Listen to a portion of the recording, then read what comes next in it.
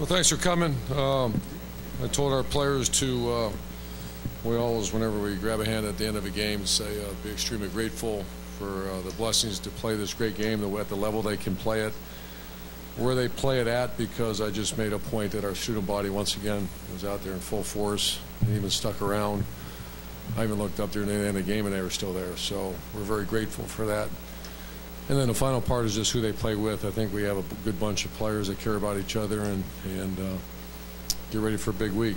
So I thought our defense came out and played really well.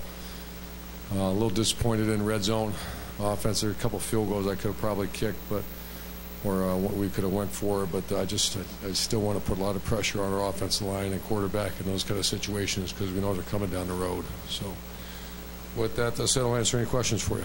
Front row right, Clay.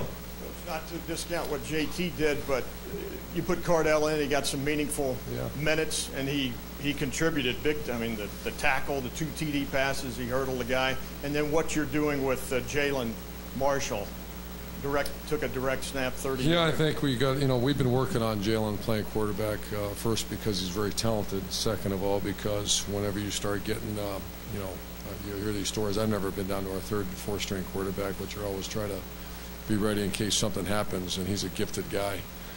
So we're going to expand his package each week. But JT missed a couple wide open guys early in that game, but I was really impressed by the way he came back, and he made some very good plays in the second quarter.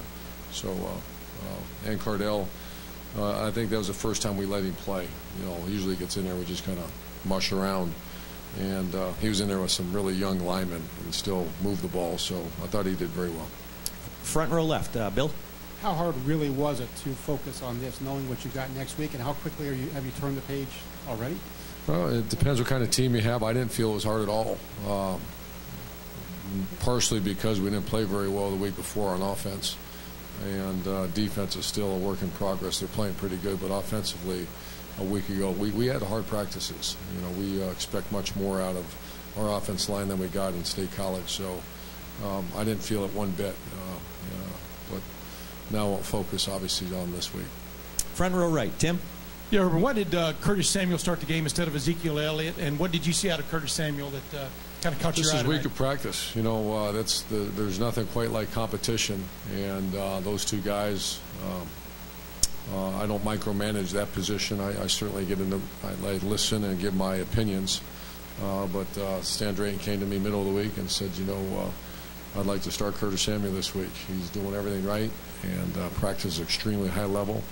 And we still have great confidence in Zeke, but we have two guys who can play. Far left, Austin.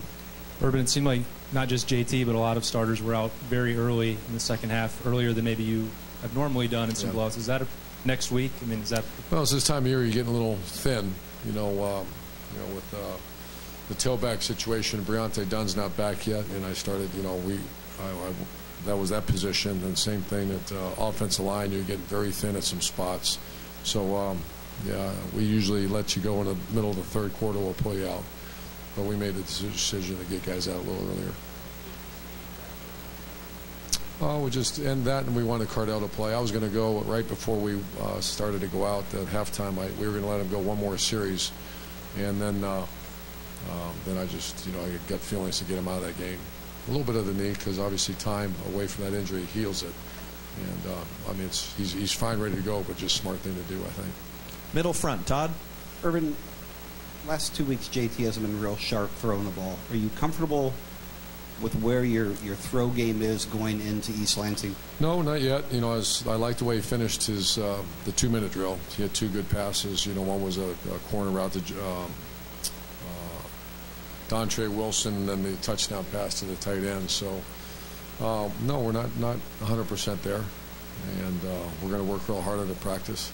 I thought we had opportunities early in that game to hit some wide open guys, and we just misfired. And whenever a quarterback throws high, it means the adrenaline. He was kind of juiced up, and Tom Herman, I just listen to the way he coaches them, and we have a lot of confidence, but that's one of the reasons we kept trying to put him in those situations to get some more confidence. And he left the game at halftime feeling very confident.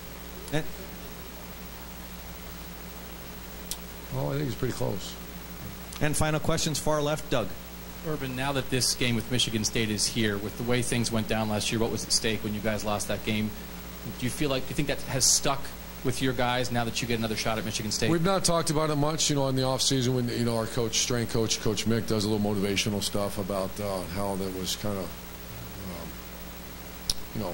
obviously the dream was ripped away from us, ripped away by a very good team, and we're going to face a very good team that we have a lot of respect for. So it's all about the most prepared team. That's what's going to win this game, and I don't think there'll be a whole lot of necessary. We'll do our part about motivation, but this is a motivated team, and I think the most prepared team will win it.